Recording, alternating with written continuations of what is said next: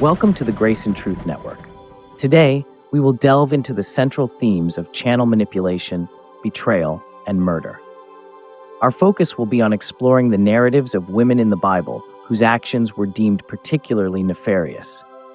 Through this exploration, we aim to uncover the crimes they committed and the stories behind them. If this topic captures your interest, we kindly request your support by liking and subscribing to our channel. By doing so, you will help us spread this video to a wider audience. In the fourth position, we shed light on Herodias, one of the most controversial women in the Bible. Before delving into her atrocious actions, it is crucial to understand the context surrounding John the Baptist. This charismatic prophet launched his ministry in the regions near the Jordan River, denouncing sins and urging repentance. His impactful message and devout lifestyle in the desert attracted a significant following. Tensions arose when John the Baptist publicly criticized the marriage of Herod Antipas to Herodias. Herod Antipas, the ruler of Galilee in Perea, had divorced his legitimate wife to marry Herodias. The issue was that she had recently divorced Philip, Herod Antipas's brother. The marriage between Herod Antipas and his own brother's ex-wife not only raised moral questions, but also challenged Jewish laws. John the Baptist courageously denounced this illicit union, highlighting the moral consequences of their actions in his impassioned speech. Her message did not go unnoticed by Herodias, who felt offended, threatened, and sought revenge. However, Herod Antipas maintained an admiration for John the Baptist, complicating Herodias' attempts to eliminate the prophet. Initially, Herod Antipas respected John as a prophet, and despite being intrigued by his words at times, he stood in the way of Herodias' plot. However, Herod Antipas eventually gave in to political and social pressures, as well as the influence of Herodias. Consequently, he issued the order for the imprisonment of John the Baptist.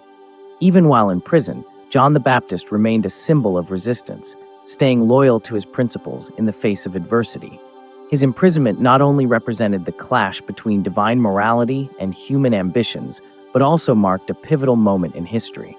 However, Herodias was not content with just imprisoning John. Her true desire was to have him executed. The climax of the plot occurred during a lavish banquet hosted by Herod Antipas, where Herodias strategically instructed her daughter, often referred to as Salome, to dance and perform in front of Herod. Through her enchanting performance, she charmed Herod to the point where he made a promise to grant her any request. This was the moment Herodias had been waiting for. Guided by her mother, Salome made a shocking choice. She presented the severed head of John the Baptist on a platter. Herod, bound by his word and fearing the reaction of the guests, reluctantly fulfilled the request. Thus, John the Baptist, the fearless prophet who had criticized the marriage of Herodias and Herod, was finally executed. Among the women considered the most wicked in the Bible, Delilah holds a prominent position. Delilah's story is found in the book of Judges in the Old Testament. She is known for her role in the betrayal of Samson, an Israelite judge renowned for his supernatural strength. Delilah's tale is often seen as a classic example of betrayal and manipulation. The Philistines, who were enemies of the Israelites, approached Delilah with the aim of discovering the secret behind Samson's extraordinary strength, which had been a constant obstacle for them. Influenced by a reward offered by the Philistines, Delilah took on the mission of uncovering the source of Samson's power. Through cunning and seduction, she pressured Samson into revealing the secret of his strength. She persistently questioned him, and initially Samson provided false answers in order to protect his strength. However, Delilah continued to emotionally manipulate Samson until he finally admitted that his strength was connected to his uncut hair, which was part of his Nazirite vow. Delilah's betrayal became apparent while Samson was sleeping, as his hair was cut, symbolizing the breaking of his vow and the loss of his strength. Subsequently, Samson was captured by the Philistines, had his eyes gouged out, and was subdued.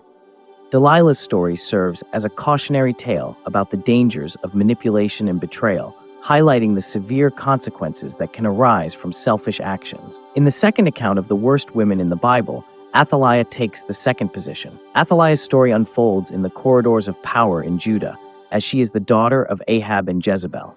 She was deeply influenced by the political and spiritual instability that characterized this period.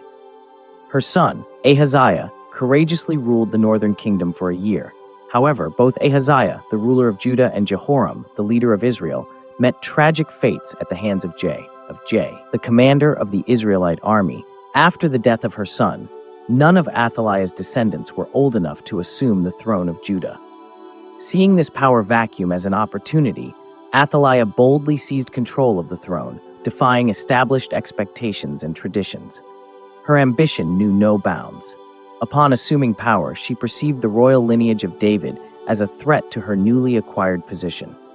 The lineage of David held special significance in Jewish tradition, representing the divine promise of a Messiah from David's lineage. However, in her unrestrained pursuit of power, Athalia viewed this lineage as an obstacle and a danger to her position. She challenged divine promises and established traditions to achieve her goals. Athalia took drastic and cruel measures, ordering the execution of all descendants of the house of David who could potentially pose a future threat to her reign. This attempt to exterminate the royal lineage involved a series of violent murders, aiming to eliminate any potential competition for the throne. Nevertheless, her brutal strategy was thwarted by Jehoiada, the high priest, who hid the sole surviving descendant of David in the temple. This courageous action ensured the continuation of David's bloodline, despite Adelia's later efforts.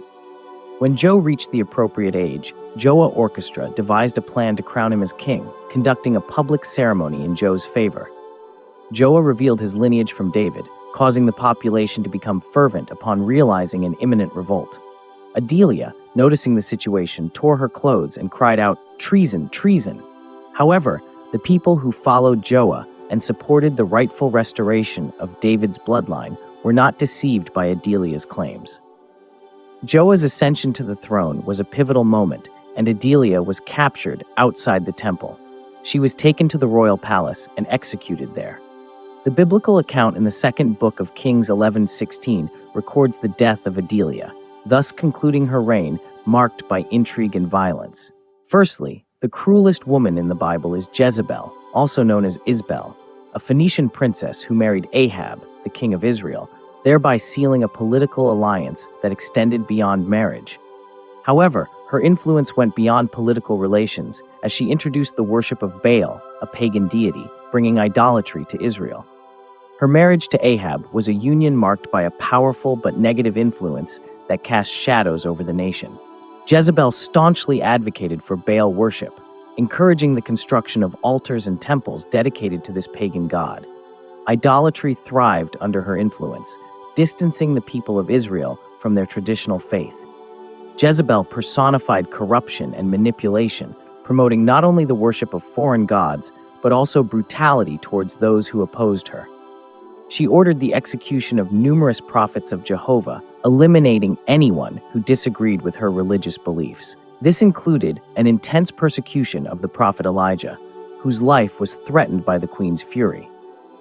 Furthermore, Jezebel abused her royal power to fund and support hundreds of prophets of Baal, utilizing state resources to promote this foreign religion. An impactful passage in the Bible recounts Jezebel's wickedness through the story of Naboth, a righteous man and owner of a vineyard adjacent to the royal palace. He refused to sell his property to Ahab, even when the king offered him fair compensation. Ahab's insatiable longing for Naboth's vineyard consumed him, while the righteous man's resolute refusal remained unwavering.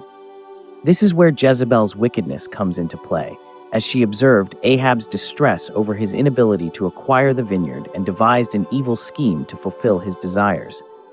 Jezebel conspired to falsely accuse Naboth by fabricating charges against him, summoning false witnesses to accuse him of blasphemy against God and the king.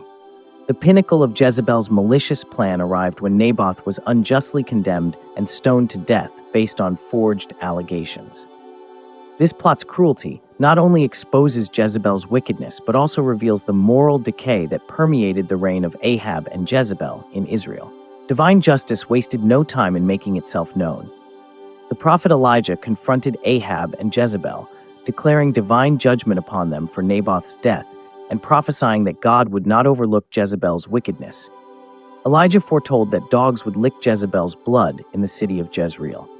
Later, Jezebel's fate mirrored the dramatic nature of her life. After Ahab's death, his son Jay assumed the throne, driven by a divine mission. Jay confronted Jezebel, but her attempts to seduce him with her cunning were in vain.